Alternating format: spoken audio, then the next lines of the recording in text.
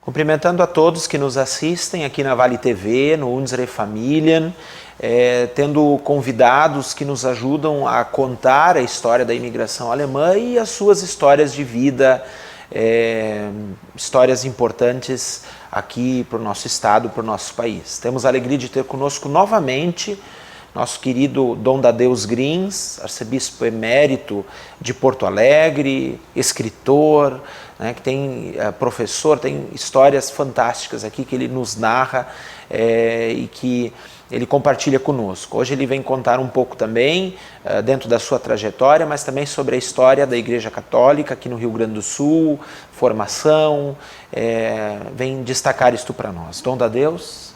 Bom, quero saudar primeiro os participantes deste programa e que também ter muita alegria de conhecer um pouquinho mais a nossa história. Nós somos parte desta história e porque nós vivemos dela e recebemos os ensinamentos dos nossos antepassados. Os nossos pais nos contaram. Então nós queremos hoje viver profundamente esta mensagem bonita que nós recebemos. Obrigado, Dom Dadeus. Reforçando aqui também, se o senhor pudesse contar um pouco para nós nessa chegada dos imigrantes alemães e nesse decorrer da história, nesse desenvolvimento até a proclamação da República, a Igreja e o Estado eram uma única, praticamente, administração, né? Se o senhor pudesse contar para nós, destacar aqui essa história para os nossos telespectadores. De fato, nós temos no Brasil uma virada histórica, porque quando surgiu o Brasil, foi descoberto pelos portugueses. E chegando ao Brasil, eles trouxeram para o Brasil duas coisas importantes: a língua e a religião, e os costumes lusitanos. E isso nos favoreceu muito, nos ajudou a crescer. Então, nesses dois ramos. Mas a religião, ela tinha uma característica, era um tempo do padroado. Portugal e também Espanha tinham se tornado há pouco tempo independentes, porque eles eram quase que uma colonização, ou um feudo dos muçulmanos, que tinha dominado a Península Ibérica. E eles foram expulsos em 1442. E então, nesse momento, quando expulsaram os muçulmanos de lá, da Espanha, os espanhóis se sentiram obrigados também a evangelizar a América, porque Cristóvão Colombo descobriu a América naquele tempo, no mesmo ano. Então, isso é sinal da providência. Deus quer que esse continente seja católico. Então, começaram a mandar missionários para cá. Então, tinha que evangelizar. Então, além de colonizar, também evangelizar. E recebia essa incumbência. Mas como a Santa Sé, Roma, não tinha gente suficiente, então encarregou o governo da Espanha e de Portugal para fazer essa tarefa. Levar para esta América o Evangelho de Jesus Cristo. E vieram. E também, naquele ano, se fundou a Companhia de Jesus, os jesuítas, Santo Inácio Loyola. E ele foi muito generoso, o Inácio. Ele mandou os melhores homens para as missões, porque ele fez um quarto voto. A Companhia de Jesus tem os 3 votos, os religiosos, e eles querem um quarto voto, obediência ao Papa. Papa vai mandar, que tinha surgido com os luteranos, o protestantismo, então era sem o Papa. Não, o Papa para nós é figura central. Então o Papa vai determinar. E então esperaríamos que o Papa, quando eles vendo essa força dos jesuítas, mandasse eles combater o protestantismo. Eu disse, não. Vamos mandá-los lá para as missões. Descobriram a América e descobriram um novo caminho para as Índias. E não se chegava lá. Agora, com Vasco da Gama, se chega à Índia. Então, temos um novo caminho. Então, a missão se tornava importante para a Igreja Católica. Então, mandaram para a América os melhores homens e para a Índia também. São Francisco Xavier. E para a América, nós tivemos aqui o Padre Nóbrega.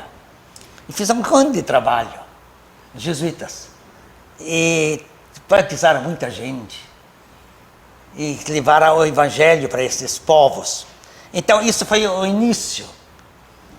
E ficou, então, com o regime de cristandade, que o rei comandava na religião.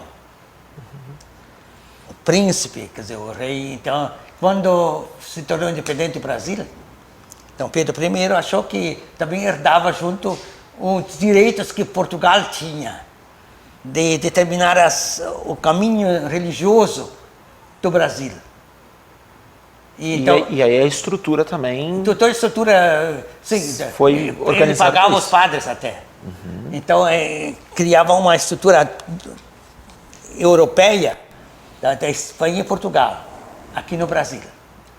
E assim também na América Latina.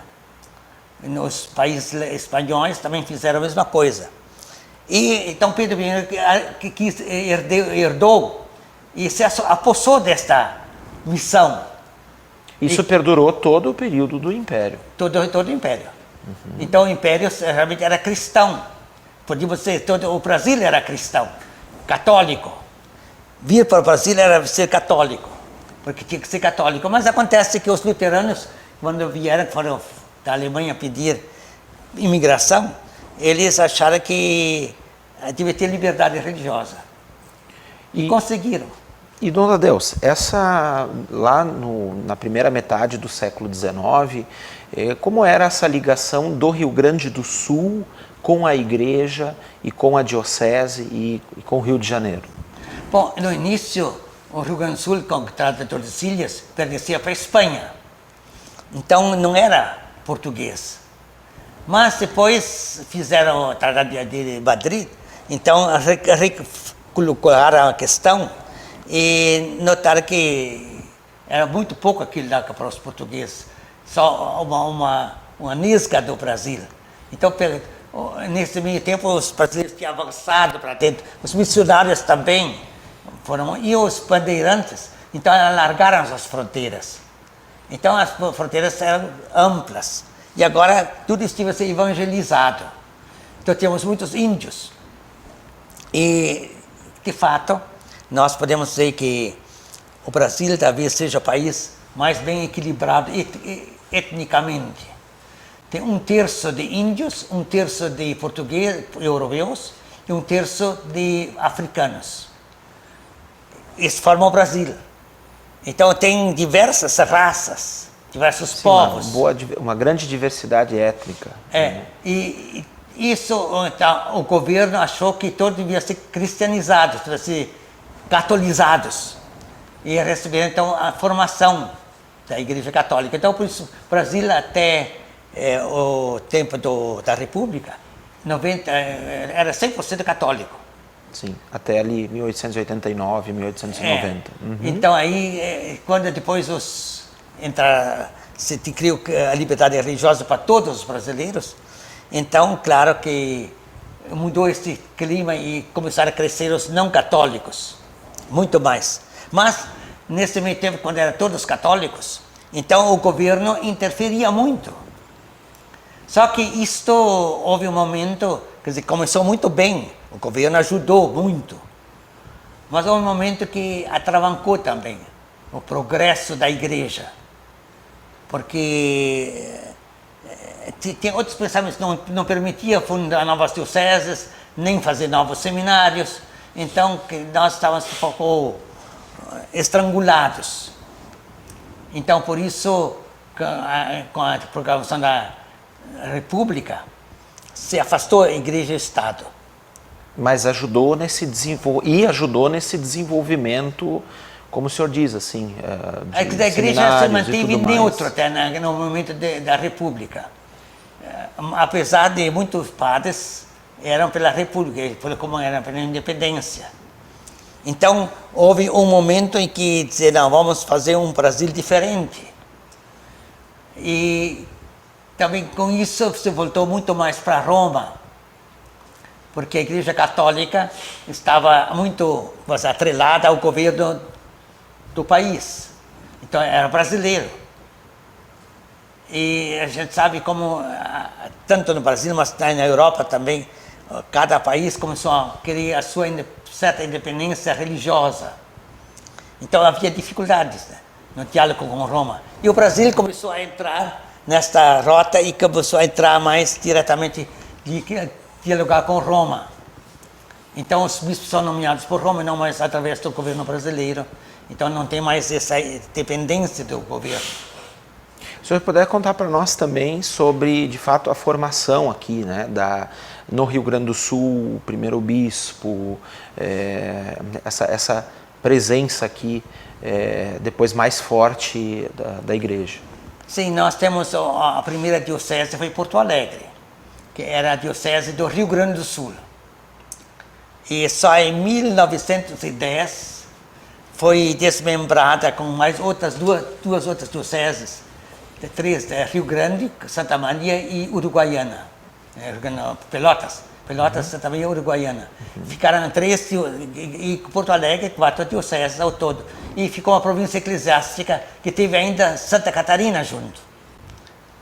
Então, Florianópolis, quer dizer, Florianópolis era uma diocese que pertencia ao Rio Grande do Sul. E isso fundou até 1910, funcionou assim. Em 1910 se criaram então as outras dioceses no Brasil. Além de Porto Alegre, então, além dessas 4 dioceses, começaram a criar muitas dioceses. E nós, atualmente, estamos com 17 dioceses, e 4 são arquidioceses, essas 17 dioceses. Então, cresceu bastante no sentido da vivência religiosa. E, claro que o Rio Grande do Sul criou a diocese de Porto Alegre. Primeiro era todo o estado, então era uma província eclesiástica só. Até eu era arcebispo do Rio Grande do Sul, porque todo o Rio Grande do Sul, então eu dava posse para todos os arcebispos e os bispos do Rio Grande do Sul. E depois, em 2007, Passo Fundo pediu para criar uma arquidiocese, Passo Fundo, porque queria ter uma infraestrutura jurídica para os seus seminários, seu seminário que ele tinha lá, o seminário maior, e também para o Tribunal Eclesiástico.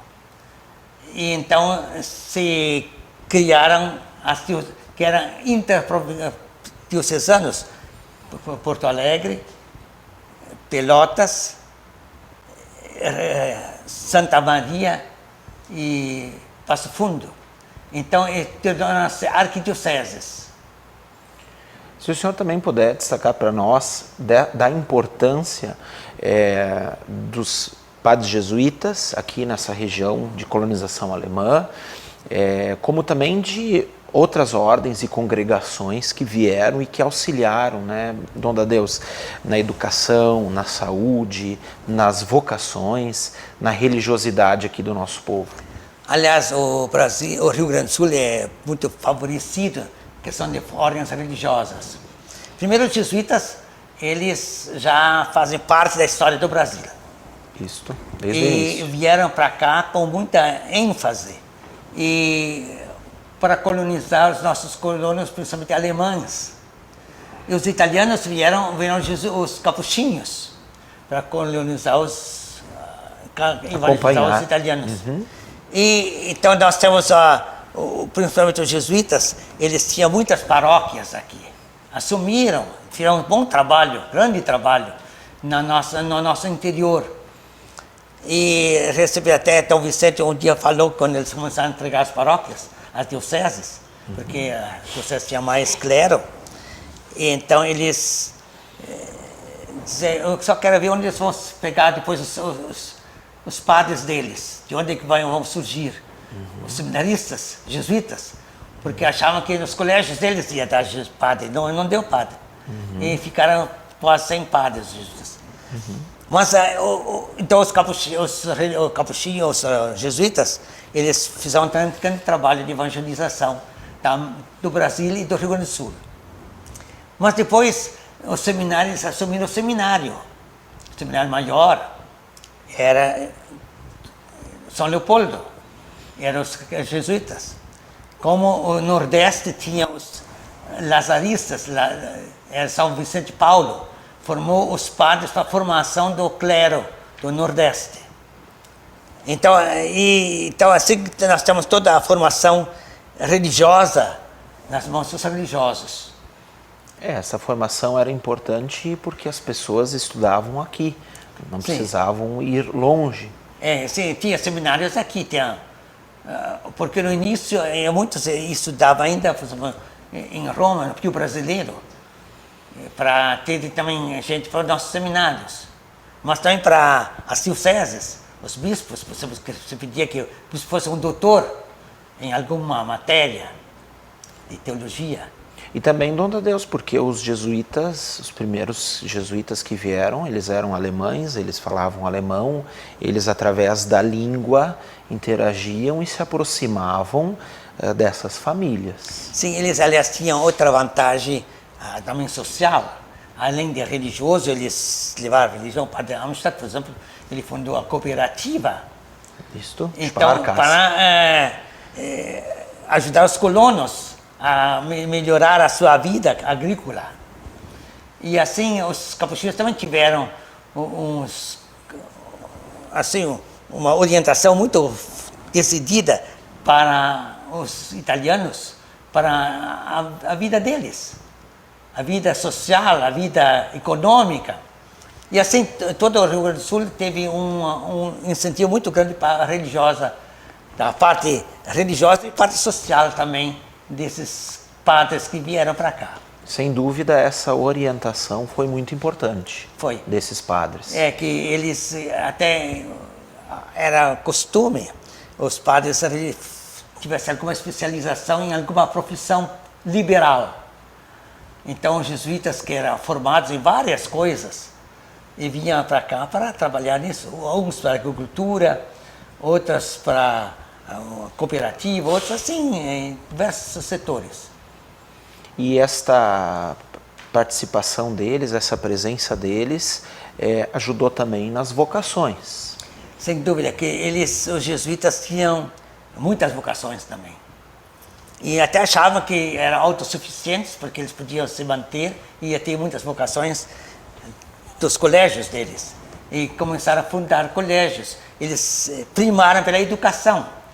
Como as religiosas também pegaram educação e também a saúde. Os hospitais, muitos hospitais dos religiosos. Então, também como escolas particulares. Então, até se fundou uma escola em lazaristas e lazalistas, como fundaram na Europa, e vieram para o Brasil, foram chamados para cá, para dirigir aqui escolas. Aliás, tem uma pequena briguinha entre os lazaristas e os jesuítas, porque os jesuítas achavam que estavam invadindo o terreno deles. Eles eram os educadores para o nosso povo. Mas os outros eram mais bem estimados, porque eram leigos, religiosos, mas leigos, e os jesuítas eram padres. E isto também, tanto que o senhor viveu uma época onde toda a família praticamente tinha um filho padre, uma filha freira, essa participação que se deu em muitas comunidades, em muitas famílias com religiosos. Sim, realmente os religiosos, de algum modo, tomaram conta, por isso tinha muita fama também, porque se multiplicaram muito no Brasil inteiro os seminários, mas também com a índole secular e a arquidiocese, as dioceses assumindo os seminários, multiplicaram muitas vocações. Mas também se criaram muitas profissões. Então, a ação católica, que foi um trabalho enorme para ter a cooperação dos leigos no ministério dos bispos, para realmente dizer quem trata da política são os leigos, não são os religiosos. Então vamos deixar para os leigos essa tarefa. E então tivemos um momento, grandes leigos trabalhando nesse fronte católico, levando a boa nova também um estado, de uma situação econômica e social melhor. Sim, da participação das pessoas, mesmo com a separação da Igreja e Estado, com o Concílio Vaticano II, mas o quanto a Igreja podia também, o quanto a Igreja pôde auxiliar em toda esses movimentos de participação social. Sim, a Igreja participou muito e realmente cada vez até na Conferência Nacional dos Bispos que foi fundada para descentralizar um pouco a organização. Tudo ia para Roma, agora não vai. A Conferência Nacional decide aqui no Brasil suas questões. E então também incentivou muito a participação dos leigos na vida social, na vida religiosa. Então, não se pergunta o que o clero faz pela política, não. Não é o clero que determina a política, são os leigos. E tem a parte política e o clero, até se proíbe o clero participar dos partidos políticos. Para dizer, não, isso vamos deixar para os leigos. Os leigos devem assumir nos partidos e na organização social toda essa incumbência. Dom Tadeu, a gente já está chegando para a parte final. Gostaria de uma consideração sua, uma fala sua. O senhor que é um homem proeminente aí dentro do Estado e da história da imigração, como teuto gaúcho, como teuto brasileiro, da importância de nós celebrarmos logo aí à frente os 200 anos, o jubileu de 200 anos da imigração alemã no nosso país. Bom, realmente a imigração alemã teve um surto muito grande para o Brasil inteiro. E até na política começaram a entrar, ultimamente já tem o Rio Grande do Sul, ele tem governadores de todos os matizes. Tem de índio, teve um negro, teve um italiano, teve um alemão, quer dizer, diversos, e muitos lusos que dirigiram o Rio Grande do Sul, mostrando que a presença da raça é importante. E os alemães tiveram uma presença muito grande no Rio Grande do Sul. No desenvolvimento desse Estado, né? Na religião, na cultura, na agricultura, na indústria. Exato. E que, claro, quer dizer, o Rio Grande do Sul faz parte do Brasil, mas ele lidera em alguns aspectos, principalmente a parte religiosa e a parte social. Obrigado, Dom Tadeu, pela sua participação, por o senhor novamente dividir comigo, dividir conosco, com as pessoas que nos veem, que nos escutam, as suas memórias, o seu conhecimento e a sua história. Obrigado também a todos vocês que nos acompanham aqui na Vale TV, no nosso programa Unsere Familien. Continuem nos acompanhando na net, no YouTube, no Facebook.